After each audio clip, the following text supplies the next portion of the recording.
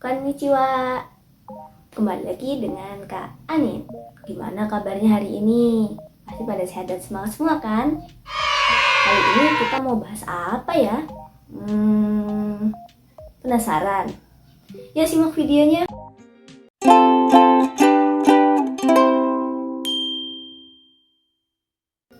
Nah, kamu pernah berenang nggak?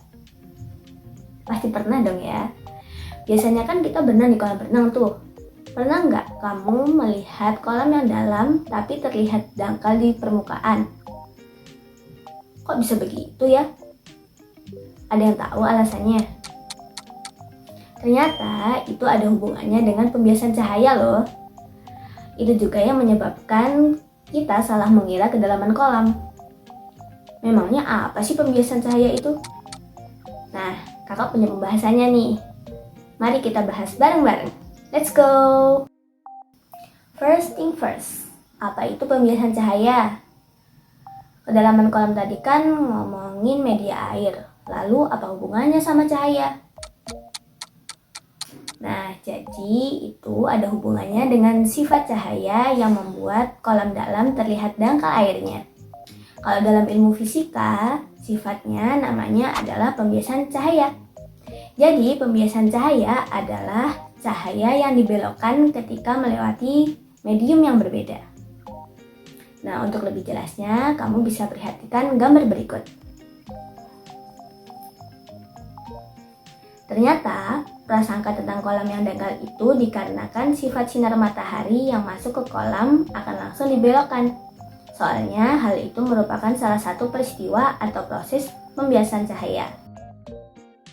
Tapi kira-kira apa ya penyebab terjadinya pembiasan cahaya? Jawabannya simpel banget. Penyebabnya itu adalah dari media atau medium yang dilewati oleh cahaya. Jadi, cahaya akan dibelokkan dan dibiaskan ketika melewati dua media dengan kerapatan yang berbeda. Contohnya seperti kolam renang tadi. Nah, jadi kan cahaya ini bersinar melewati dua media ya. Yang pertama yaitu adalah media udara, dan yang kedua adalah media air.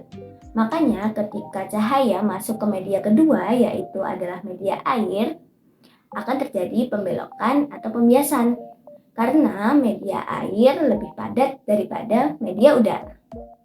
Terus kalau media cuma satu, nggak akan terjadi pembiasan cahaya dong. Ya, benar banget. Pembiasan cahaya bisa terjadi karena ada dua media dengan kerapatan yang berbeda. Nah, proses pembiasan cahaya ini hanya terjadi dalam ilmu fisika aja nggak sih?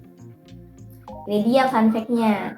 Sadar atau enggak, pembiasan cahaya itu terjadi dalam kehidupan sehari-hari loh.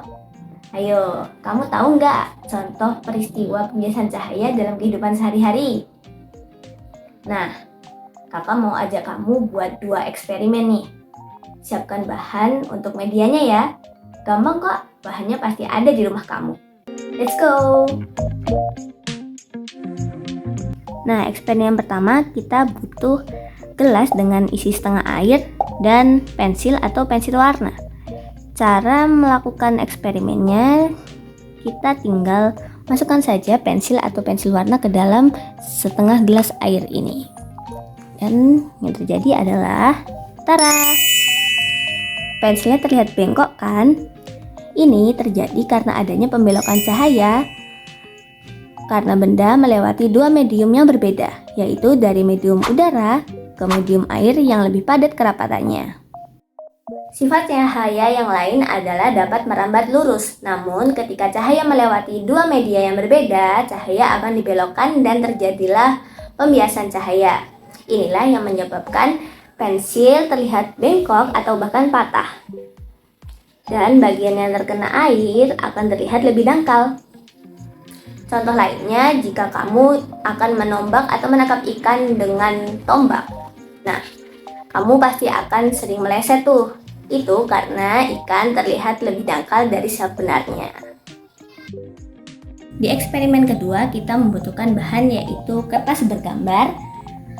Lalu ada plastik klip, bisa juga pakai plastik biasa. ada juga spidol permanen dan gelas yang telah diisi dengan air. Nah, caranya kita masukkan kertas bergambar dan berwarna ya pastinya ke dalam plastik klip seperti ini, dan kita beri tepiannya menggunakan spidol permanen.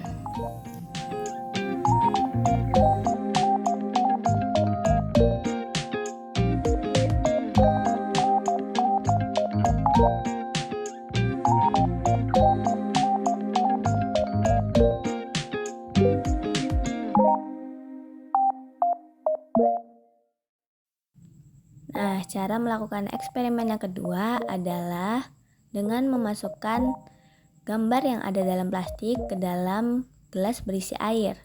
Oke, kita langsung mulai aja eksperimennya. Voila, gambarnya hilang. Kenapa bisa begitu ya? Jadi penjelasannya adalah saat kertas dalam plastik kita masukkan ke dalam air, terjadilah proses pembiasan cahaya, yang mana air membelokkan cahaya secara sempurna sehingga pantulannya tidak terlihat oleh mata kita. Sedangkan gambar yang ada di plastik tidak terkena pembiasan sempurna, jadi masih terlihat di mata kita.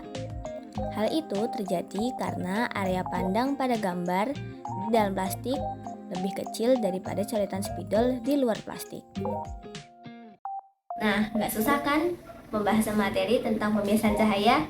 Intinya, kamu harus ingat, pembiasan cahaya ini bisa terjadi saat cahaya melewati dua media yang berbeda kerapatannya. Oke, sampai jumpa di pembahasan selanjutnya. Tetap semangat dan bye-bye!